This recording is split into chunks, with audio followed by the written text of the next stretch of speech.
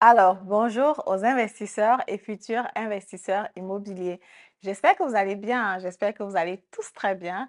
Dans la vidéo d'aujourd'hui, on va parler comme ça du choix du locataire. Parce que récemment, je suis allée chez un de mes locataires et surprise de surprise, une réception qui n'a pas de nom. Voilà ce que j'ai trouvé. C'était la première fois que ça m'arrive. J'étais vraiment étonnée, j'étais vraiment baf. Je me demandais ce que ces personnes-là cachaient derrière elles, parce qu'effectivement, parfois tu te demandes que pourquoi, quand quelque chose c'est très bien, je te demande que est-ce qu'il n'y a pas un piège qui est caché ici derrière? Est-ce que c'était vraiment le cas? Je te parle comme ça de toute l'histoire dans cette vidéo après le générique.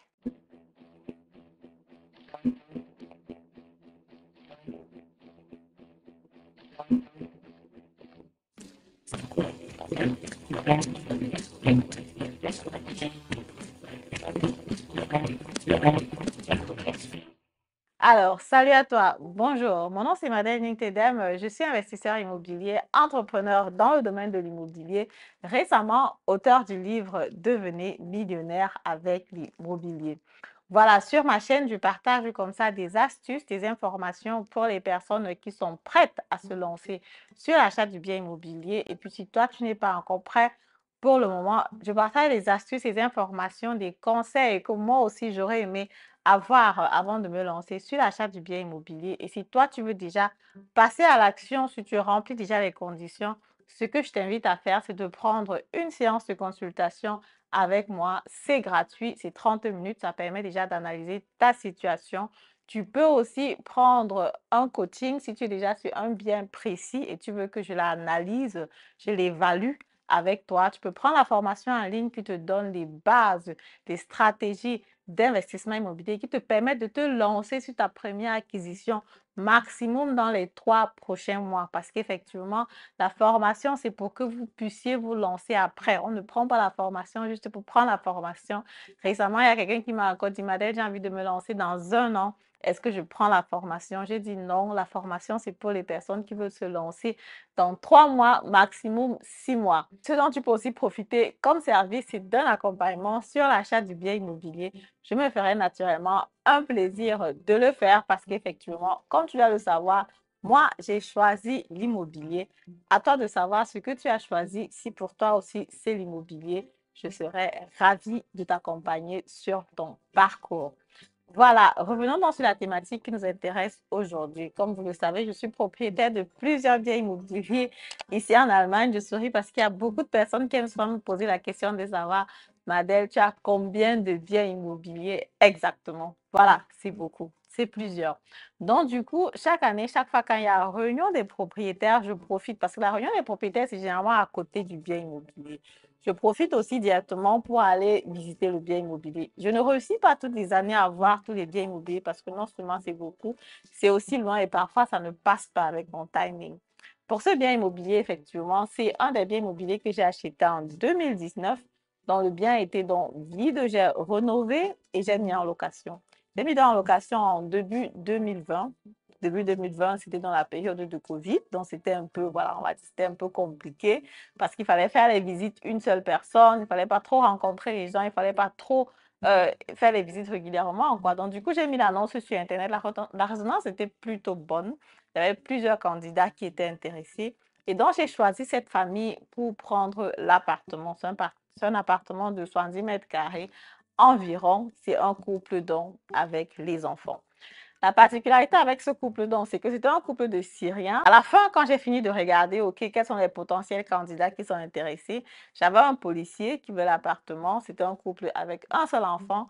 Et j'avais aussi, donc, justement, cette famille de Syriens qui venait avec 2 enfants. Donc, ils étaient arrivés en Allemagne. Il n'y avait pas encore de... Ils avaient déjà légalisé tout ce qu'il faut pour vivre en Allemagne. Naturellement, c'est l'État qui devait subvenir au loyer. C'est l'État qui devait payer le loyer parce qu'effectivement, ils ne pouvaient pas encore travailler. De toutes les façons, c'est l'État qui devait payer le loyer pour eux.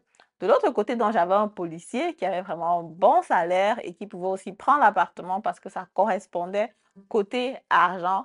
Mais seulement, je l'avais trouvé un peu arrogant, en fait, lors de la visite. Je l'avais trouvé un peu arrogant, un peu genre, voilà.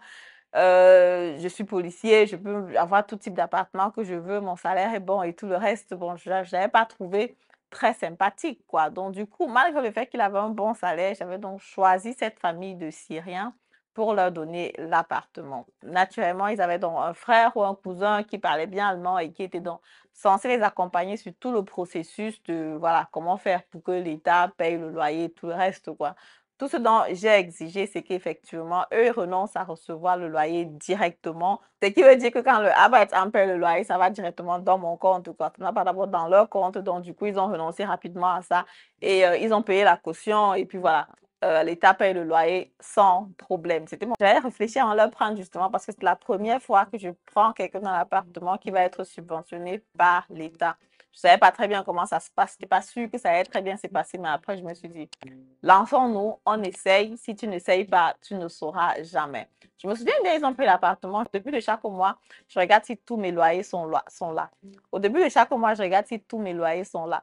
Donc, du coup, quand je regardais sur le mois d'avril, je filtre donc par rapport au mois d'avril et je ne vois rien. Je suis d'abord un peu stupéfaite. Je dis, qu'est-ce qui se passe ici? Est-ce qu'ils n'ont pas payé le loyer? Qu'est-ce qui se passe? Il faut que je regarde bien dans les détails. Et quand je regarde bien, je me rends compte que l'État paye le loyer généralement très tôt. Donc, ce qui fait que je reçois le loyer venant d'eux, vu que ça vient de l'État, ça vient généralement dans mon compte déjà le 29, le 30 du mois, quoi. Au plus tard, le 29, 30, 31, le loyer est déjà là parce que bon, c'est justement un virement automatique. Je ne sais pas pourquoi, mais c'est un peu plus rapide.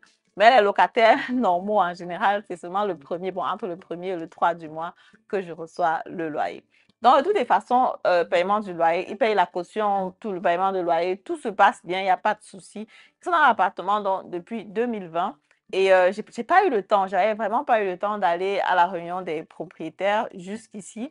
Mais l'année passée, justement, quand la réunion des propriétaires était organisée, j'étais là, j'avais le temps. Je me suis dit, OK, je vais là-bas et je profite donc aussi pour regarder l'appartement parce que je n'ai pas vu l'appartement depuis. J'arrive donc là-bas, je fais la réunion des propriétaires tranquillement. J'ai même fait une vidéo sur cette réunion des propriétaires là parce que justement, il y avait un propriétaire là-bas qui était vraiment fâché. Je te mets encore la vidéo en bas de description. Je te fais passer la vidéo là pour que tu regardes. Et justement, la réunion des propriétaires, quand j'ai fini, je leur avais dit qu'OK, après la réunion des propriétaires, je vais passer donc voir l'appartement. Ils m'ont dit, OK, il n'y a pas de problème, on est là. La réunion des propriétaires est finie, je pense, c'était vers 18h, 18h30. Donc, du coup, je suis quittée, je suis allée là-bas. Et quand j'arrive, la table est dressée. Bon, il y avait d'abord les petits trucs, les petits snacks là. Je me suis dit, OK. De toutes les façons, moi, je venais juste regarder l'appartement, voir si tout est en forme, parce qu'effectivement, j'avais rénové l'appartement avant de le mettre en location, quoi. À les étrangers, on dit souvent qu'on ne sait jamais est-ce que l'appartement est bien entretenu et tout le reste. Je venais juste, voilà, on va dire, je venais juste guetter un peu, quoi. Mais quand j'arrive là-bas, il y avait les snacks sur la table, il y avait tout sur la table. Et quand je m'assois, il me dit, bon, assois-toi, prends place et tout. Je me dis, bon, OK. Vu que ce sont les étrangers, l'hospitalité étrangère ou alors africaine, je me dis, OK, je m'assois, il n'y a pas de souci. Je m'assois et 15 minutes plus tard, je vois sa femme qui commence à faire la table, elle tresse la table, elle met les trucs, elle dit, bon, j'espère que tu pourras manger avec nous pour le soir. Je dis, hein, normalement, je n'ai pas prévu ça, quoi. Normalement, je suis en train de partir. Elle me dit, non, non, non, tu ne peux pas entrer chez moi et puis tu pars comme ça sans manger et tout le reste. Donc, du coup, elle dresse la table et je m'assois. On a discuté. C'était pendant le football. Je ne sais même plus quel. Il y avait un match qui passait ce jour-là. Je pense que c'était, je ne sais plus trop qui jouait, le Maroc contre notre pays. Peut-être c'était, bon, je ne sais plus.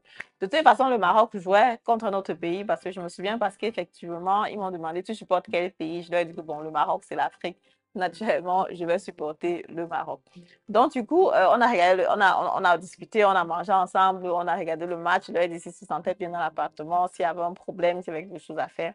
En général, on discute, on a souvent des échanges, quoi. Mais ils m'ont dit non, il n'y a pas de souci, on est bien ici. Est-ce que vous aussi, vous êtes bien de nous avoir comme locataires? On aimerait bien rester, tout se passe bien, pas de souci. Donc, du coup, bon, c'est vrai que la femme ne parle pas vraiment allemand, le monsieur un peu, mais les enfants, comme ils vont à l'école, ils servaient donc de traducteur pour qu'on puisse parler normalement. Après d'en avoir, voilà, on va dire, voilà, après d'en avoir, j'ai goûté un peu ce qu'ils ont fait parce qu'effectivement, je ne suis pas très ouverte aux cuisines étrangères, si on peut dire ça comme ça. J'aime bien mon bon dollar avec mon tarot là que je connais bien. Donc, quand je vois les choses que je ne connais pas, par politesse, je vais goûter quand même, mais sinon, j'aime bien les choses que je maîtrise, quoi. Donc, du coup, voilà, j'ai pris juste un peu pour leur faire plaisir. Après, j'ai dit, OK, je vais regarder l'appartement et puis je vais partir. L'appartement a été super bien entretenu, que ce soit la salle de bain, la chambre des parents, la chambre des enfants. J'étais vraiment satisfaite. Et et la fille me dit, voilà, tu n'as pas besoin de t'inquiéter. La maman, elle ne travaille pas. Donc, du coup, tout ce qu'elle fait, ce n'est que nettoyer, nettoyer, nettoyer. Même quand c'est propre, elle nettoie encore, quoi. Donc, du coup, ne te fais pas de soucis par rapport à ça.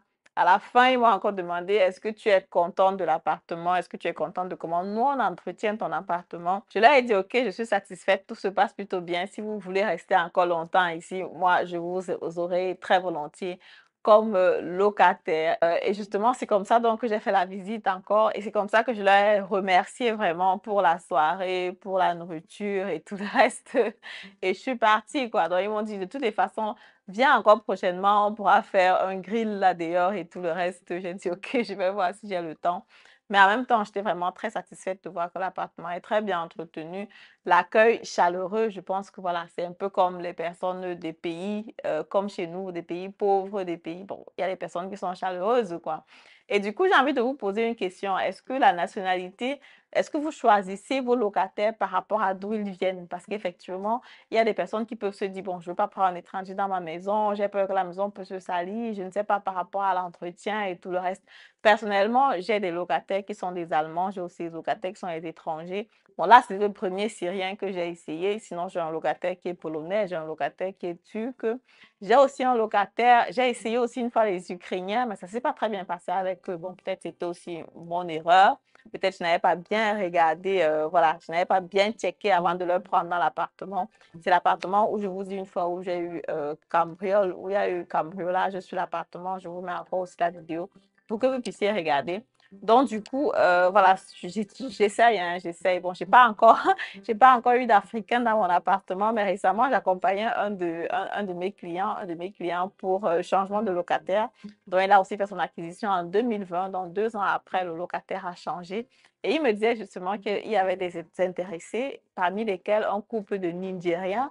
Mais il n'avait pas envie de prendre un Nigérien parce qu'il n'était pas très sûr de s'il pourrait bien entretenir l'appartement, quoi.